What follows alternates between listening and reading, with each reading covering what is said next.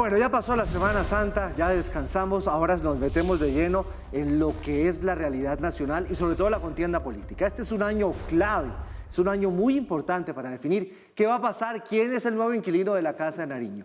Y aquí en Red Más Noticias, a ustedes siempre les llevamos a todos los que aspiran, a todos los que quieren, de todas las tendencias, derecha, izquierda, centro, para que usted tome una decisión informado, escuchando qué van a hacer.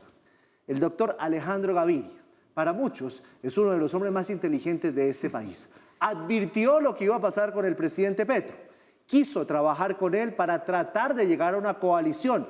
No se pudo, no se logró. El presidente no es que lo quiera mucho. Y muchos dicen que puede estar en la presidencia o el Congreso de la República. Doctor Alejandro, bienvenido a Red Más Noticias y al punto. Gracias, Giovanni. Gracias por la invitación. Contento de estar aquí. ¿Y qué va a hacer usted, doctor Alejandro Gaviria? ¿Para dónde va? ¿La presidencia? ¿Se va para el Congreso? ¿Qué quiere hacer? Yo quiero seguir siendo primero una figura política relevante. Ah, pues lo es. Sí. Yo creo que tengo que tomar una decisión por en el mes de julio de si entro en una consulta que se pueda armar de manera razonable o si mejor voy al Congreso, al Senado y encabezo una lista y trato más bien de ayudar por ese lado. ¿Y de qué depende? Depende de una evaluación que haga de las posibilidades, de cómo estoy políticamente, de las conversaciones, que por ejemplo si lo del Congreso tiene sentido desde un punto de vista político o si se puede armar una consulta donde yo pueda participar, quizás evitando los errores del pasado, lo voy a decir de esa manera. ¿Y por qué partido se iría usted? Yo tengo dos opciones, o ir por firmas o revivir mi conversación con el presidente Gaviria del Partido Liberal. Ah, eso lo veo muy bien. Eso puede es una ser. posibilidad. Porque eso de firmas es un desgaste bárbaro. Uy, el berraco. Así lo hice la vez pasada. Sí. Y hay muchos candidatos por firma, Giovanni. Sí, claro. Porque soy cauteloso. Porque esa proliferación de candidatos no me parece buena para la democracia. Hay muchos, Demasiado, muchísimos. demasiado. Del otro lado hay uno solo, Gustavo Bolívar, que va punteando según una encuesta. Del otro hay un jurgo. En estos días estaba diciendo que ser precandidato presidencial se volvió una forma de rebusque sofisticado. De nuevo empleo, ¿no? Sí, es como uno se suma cada día, ¿no? Sí. Y Entonces no tiene... yo por eso yo creo que uno tiene que ser objetivo en esto, de hacer una evaluación concienzuda de sus posibilidades, ver dónde está y dónde puede estar. Usted es uno de los hombres más inteligentes de este país, se lo digo de frente. Gracias. Usted ha hecho las cosas bien, usted intentó una coalición con el presidente Gustavo Petro, no se pudo. No le quiero hablar de ese pasado, le quiero hablar de qué haría, porque de la proliferación de candidatos todos son expertos, diagnosticólogos. Todos dicen el problema que eso cualquiera lo puede hacer, pero ¿qué hacemos? ¿Qué hacemos para salir de este problema en el que estamos en distintas aristas? Empiezo por el sector salud. ¿Cómo hacemos? Porque yo ya estoy viendo, pues ya lo estamos viendo, pacientes que no les llegan las medicinas, que se están muriendo. ¿Qué se puede hacer ahí? Colombia puede tener, Giovanni, todavía el mejor sistema de salud de América Latina. En muchas dimensiones lo teníamos. Yo creo que hay un problema que es el que más me preocupa, que no tiene que ver con la reforma a la salud ni siquiera. No sé su suerte en el Congreso, probablemente no va a pasar. Y el problema es el siguiente, que yo creo que no se ha visualizado plenamente. Va a llegar el próximo gobierno y va a enfrentar el siguiente problema. Tiene intervenidas a la nueva EPS, tiene intervenida a Sanitas, tiene 3 en el suroccidente colombiano, SOS, Emsanar, Salud, tiene intervenidas a Vía Salud y sigue la lista muy grande. Devolver esas EPS va a ser muy difícil. Ya las cajas de compensación le dijeron, la nueva EPS, quédese con ella. Sanitas le puede decir lo mismo, ¿qué va a pasar entonces? ¿Cómo se va a resolver ese problema? Vamos a tener que tener una gran EPS pública, repitiendo la historia del seguro social con casi 20 millones de afiliados. Si eso va a ser una medida transitoria o permanente, y si es transitoria, ¿cómo la vamos a blindar de las peores formas de politiquería que ya se están instalando allí? Esa es la gran pregunta para el sistema de salud y eso hay que hacerlo bien. Si no se resuelve ese problema, vamos a empezar con una conversación imposible sobre esas deudas que venían de atrás, pero que se han más que duplicado en este gobierno. ¿Y usted qué haría? Yo creo que toca devolver lo que se tiene que devolver en unas condiciones razonables, pero yo creo que por un tiempo en esa transición el gobierno va a tener que administrar una parte del sistema de salud y va a tener que hacerlo bien. ¿Durante cuánto tiempo? ¿Cuánto oxígeno le alcanza al gobierno para hacerlo bien? Yo creo que eso va a tener que ser una labor de todo el próximo gobierno, del año 2026. No me diga, ¿4 años? Sí, yo creo que sí. Es un problema muy difícil. Ahora sí me preocupa. Muy difícil y ese es un primer tema. Ese tema se reproduce casi en sus elementos esenciales, con sus dificultades en el sector eléctrico. ¿Qué va a pasar con los operadores estos de la costa? Sí, voy por partes. Ya los intervinieron. Va a surgir otra gran distribuidora Los pública. alcaldes están diciendo que vamos por un apagón.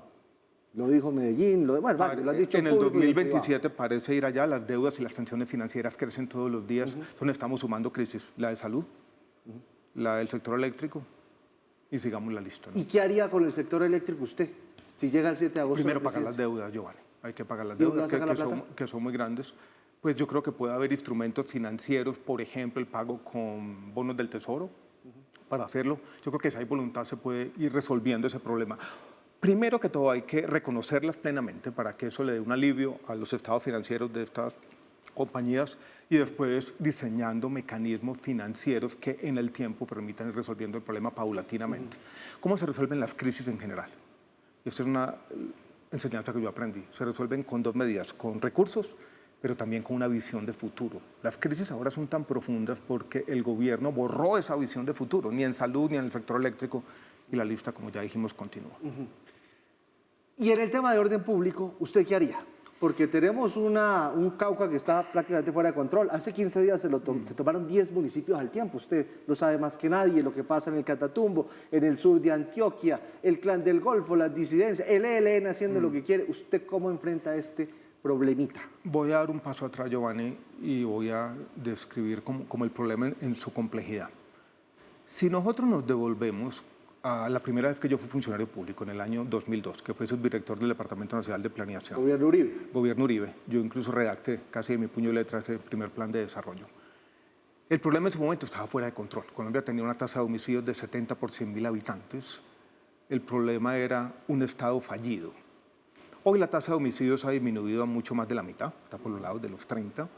No ha aumentado de manera sustancial, no tenemos un problema de una epidemia de crisis violenta como lo teníamos entonces. Lo que tenemos es una pérdida del control territorial creciente, cada una con el enfoque territorial. Uno es el problema del Catatumbo, otro el de Arauca, otro del Cauca, sobre todo en el sur, otro el del Cauca en el norte, otro el de Nariño, otro el de la zona del Clan del Golfo en el norte de Colombia. Todos esos problemas necesitan garrote y zanahoria.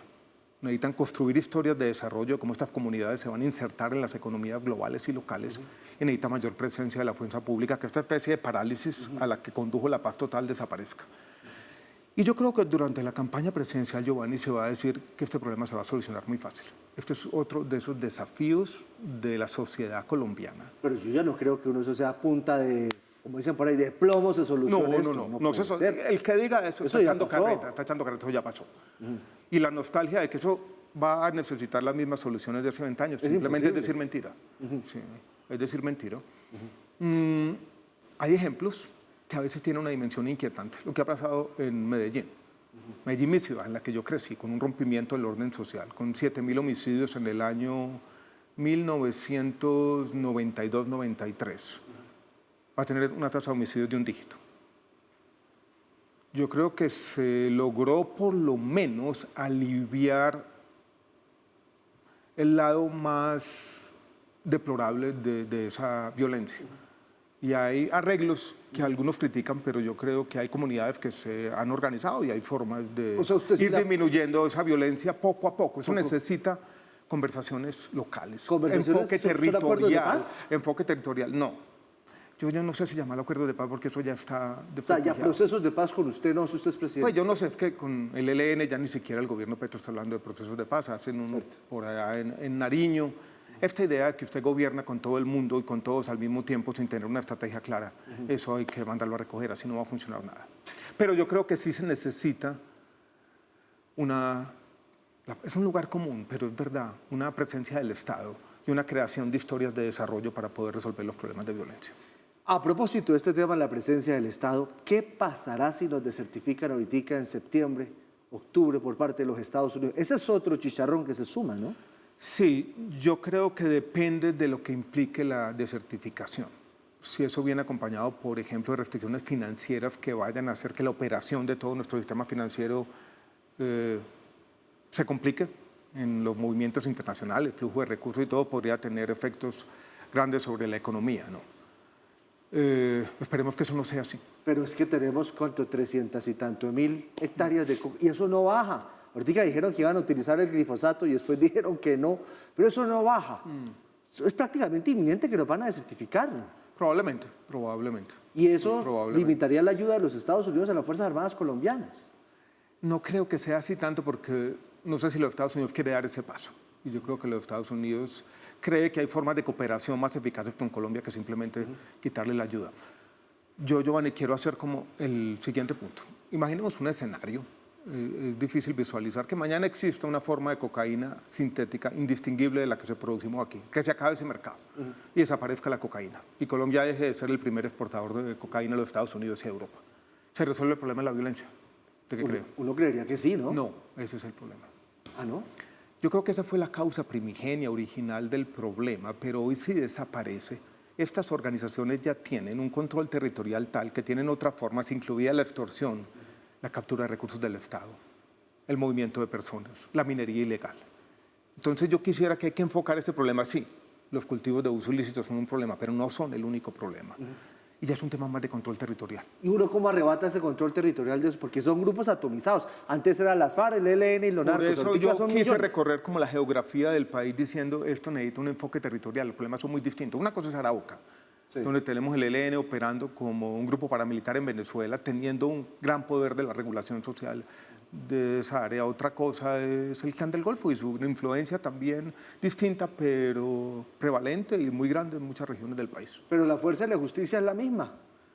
Sí, y la justicia tiene que operar y tiene que estar la fuerza pública, pero también tiene que haber opciones económicas y historias de desarrollo, como lo llamo yo. Porque si no, ya lo dijimos, con sola presencia de la fuerza pública y avala no vamos a resolver el problema. ¿Y qué compite contra la coca? Porque la coca, todo eso, 97% de la coca que entra a Estados Unidos es nuestra. ¿Uno cómo hace ahí con los campesinos? ¿Qué les ofrece? Es muy difícil y el desarrollo alternativo tiene una historia de 30 años de fracaso, pero hay que enfocarse en cada región. Y hay historias que pueden surgir, algunas surgieron después de los procesos de paz, las mismas disidencias fueron desterrándolas. ¿Usted le da la mano dura entonces? Si la gente dice, Alejandro Gaviria, presidente, ¿usted es mano dura o no va a ser mano dura contra los delincuentes? Pues yo soy mano dura, pero tampoco voy a decir que esa es la única solución, Giovanni, porque eso es mentir, ¿no? Yo creo que ese discurso de la mano dura del sentido que la fuerza pública tiene que hacer lo que tiene que hacer, pero no es la única solución al problema donde quiero poner el énfasis, pérdida del control territorial. La educación, aquí hablamos más adelante de la crisis financiera, de orden público ya lo tocamos también eléctrica, tocamos también salud. ¿Y la educación qué? ¿Usted qué haría? Porque más bien usted es profesor, fue rector de los Andes. La educación tiene como 3 dimensiones en las que el país tiene que avanzar. Una es la educación inicial, donde Colombia está atrasado con respecto a otros países de América Latina, incluido Ecuador. Para eso... ¿Estamos por debajo de Ecuador? Sí. En lo que, con todo respeto por en lo que llamaríamos, sí, porque quisiéramos estar por encima de muchos países de América Latina, en lo que llamaríamos grado cero, transición y las coberturas no estamos bien. Lo que pasa con la educación media, sobre todo en áreas rurales, donde ahí se está yendo la gente, y el aumento en la cobertura de educación superior y en la pertinencia de la educación superior. Esas son las 3 áreas donde hay que trabajar, se necesitan recursos, se necesita una visión, se necesita volver a recuperar cierto sentido común. El presidente Petro quiso combatir el sistema mixto de educación superior y despreciar la universidad privada, cosa que no tiene sentido.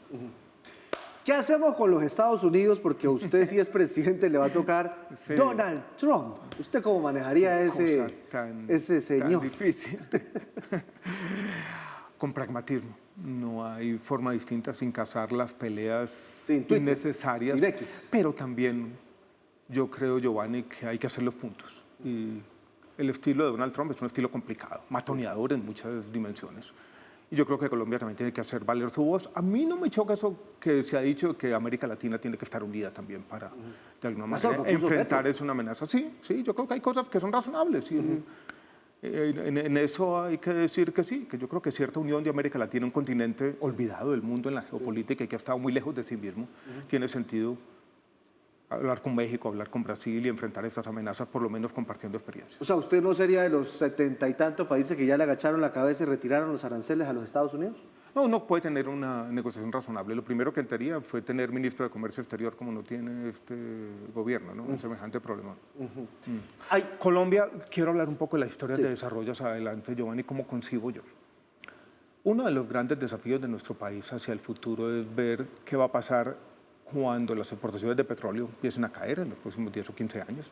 Yo creo que Colombia tiene que volver a explorar y tener en el petróleo una forma de conseguir divisas. Yo creo que Colombia tiene como 3 oportunidades. La primera es un ejemplo de Brasil.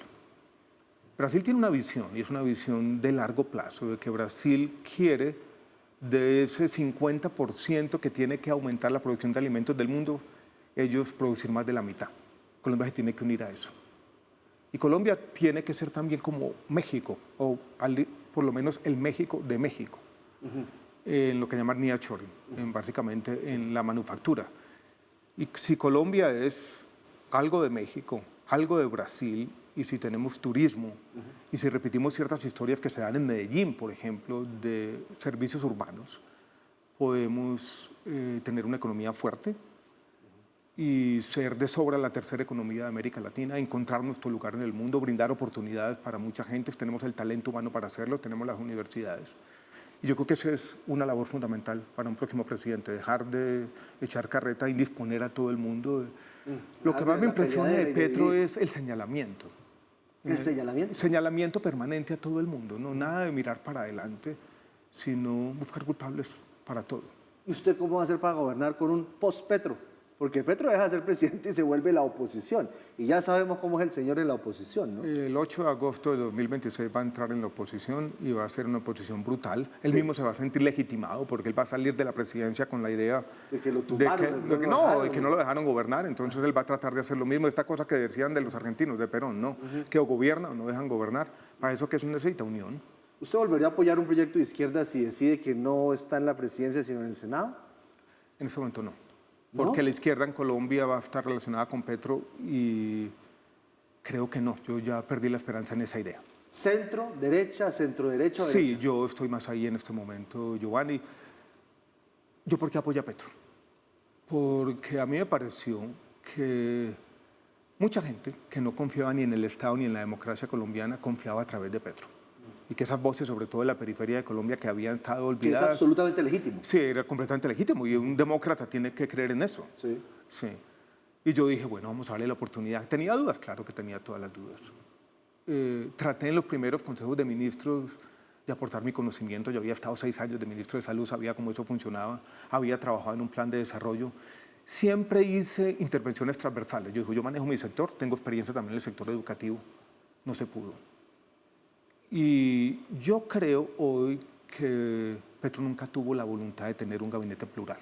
Ah, ¿no? Que esto fue una especie de simulación para poder después salir a señalar, como lo dije hace un rato. Y decir, mire, yo traté de gobernar con estos señores liberales, lo llamaba él, pero no creyeron en la idea de cambio. El que no creyó en la idea del pluralismo fue él, eso es lo que yo hoy creo. O sea que el problema del presidente Petro, ese presidente Petro, no era su entorno quienes les hablaban al oído. ¿Qué era lo que lo hacía tomar esas decisiones? ¿Él mismo o su entorno? Yo creo que era su visión del cambio social y de la sociedad colombiana, su ambivalencia en ese momento, su idea de que él tenía que ser un agitador permanente para mantener a sus bases cercanas y quería ser un político pragmático y se devolvía después. Y después Giovanni, su falta de método, su falta de una conciencia de que el trabajo del Estado requiere disciplina y aplicación, no simplemente echar discursos. Y después un poco su ideología que fue derivando, y yo la vi como en el tiempo ir cambiando a una forma de ecosocialismo, lo llamo yo. Ecosocialismo. Sí, él tiene una idea ideológica que lo define. Yo la escribí por allá en un libro que escribí como de relatos. Capitalismo igual muerte. Eso es como su idea predominante. Y esa idea, que es la que él ha predicado por universidades de todo el mundo y que le gusta presentarla ante el mundo como si fuera un gran descubrimiento, lo fue radicalizando y lo fue llevando a tener un gobierno claramente ineficaz, incluso contradictorio. Mi papá dice que en Colombia pasa de todo y no pasa nada. Y hay un problemita del que no hemos hablado, la corrupción. Sí que se han visto casos de corrupción. ¿Usted cómo haría? Primero voy a decir algo, Giovanni. Te dijo al comienzo que yo había sido capaz de predecir lo que pasó en el gobierno. Sí, claro. Y lo que predije fue su ineficacia. Dije, no va a tener método, va a desbaratar tu gabinete, se va a poner a tuitear y mientras tuitea no pasa nada. Lo que no alcancé a predecir fue la corrupción. ¿Era evidente que iba a pasar lo que iba a pasar? No, para mí no era tan evidente en esa época. O sea, los niveles de corrupción de este gobierno yo no me los imagino. ¿Pero son derivados de la ineficacia o usted cree que es una política? En parte son derivados de la falta de control, del desorden del gobierno. En el caos florece la corrupción completamente. En el parte es una consecuencia inesperada de todo eso. Pero yo creo que también había una postura laxa. Ha existido como programáticamente nunca se llegó a un acuerdo de verdad con los partidos. Se tomó una decisión por allá, esto fue, si la memoria no me falla, en mayo, junio del año 2023, que las negociaciones con el Congreso iban a ser 1 a 1. Eso lo anunció Luis Fernando Velasco, de manera quizás cínicamente sincera, voy a decirlo así. Y eso trajo más corrupción también. ¿Y usted Ese es un gobierno más clientelista que cualquier otro. El Sí. clientelismo es la puerta de entrada a la corrupción. Yo creo en otro tipo de relacionamiento con los políticos. Creo también, y en esto me O sea, se diferencio llama de no dura personas con el corrupto. como Sergio Fajardo, que tienen quizás una visión demasiado moralista de este tema. Yo creo que la corrupción muchas veces refleja fallas estructurales del Estado. O sea, no es la causa de todos los problemas, sino una consecuencia. Y para eso hay que entender sistema por sistema. O sea, endurecería la ley. No, la ley, pero sobre todo también arreglos institucionales que conducen más fácilmente a la corrupción. Por ejemplo, me tocó a mí como ministro de Salud. Cuando usted les entregó a los departamentos la capacidad de comprar medicamentos de alto costo sin tener la responsabilidad de comprar medicamentos de alto costo sin tener las capacidades, eso genera corrupción. Y hay muchos arreglos institucionales en toda parte que son de esa manera. ¿Y qué le dicen en la casa, en esta nueva Mi aventura esposa, que ¿qué quiere dice? enfrentar? ¿Qué dicen en la casa? Yo tengo esta conversación con mi esposa. Aquí, allá, ella a veces no le gusta. A veces dice que sí, que le haga, que lo que yo quiera.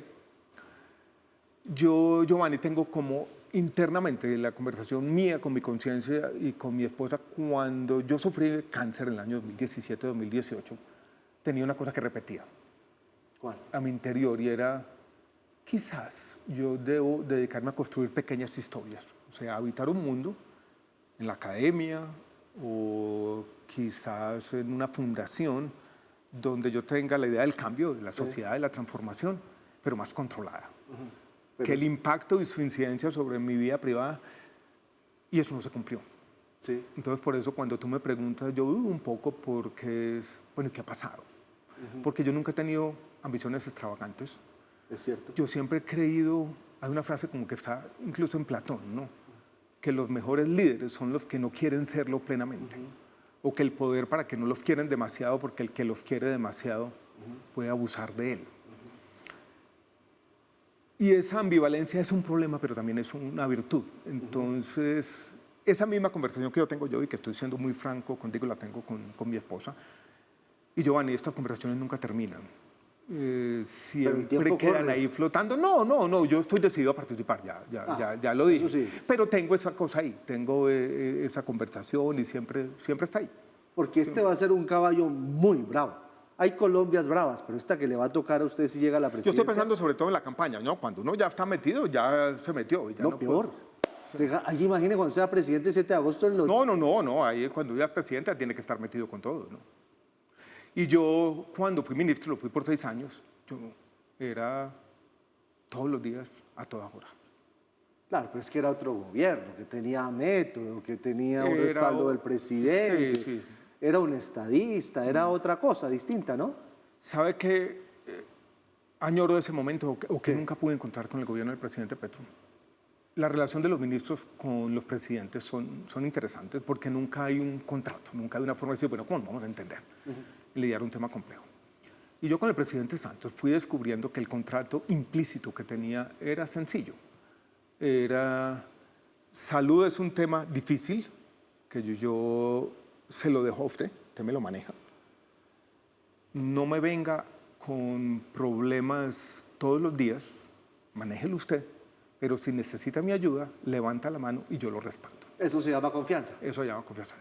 Y digo esto, Giovanni, porque esa es mi forma de operar. Eso es el liderazgo, basado en la confianza, basado en formar un equipo. Eso se llama gobierno también, ¿no? Eso se llama gobernar, sí. Basado.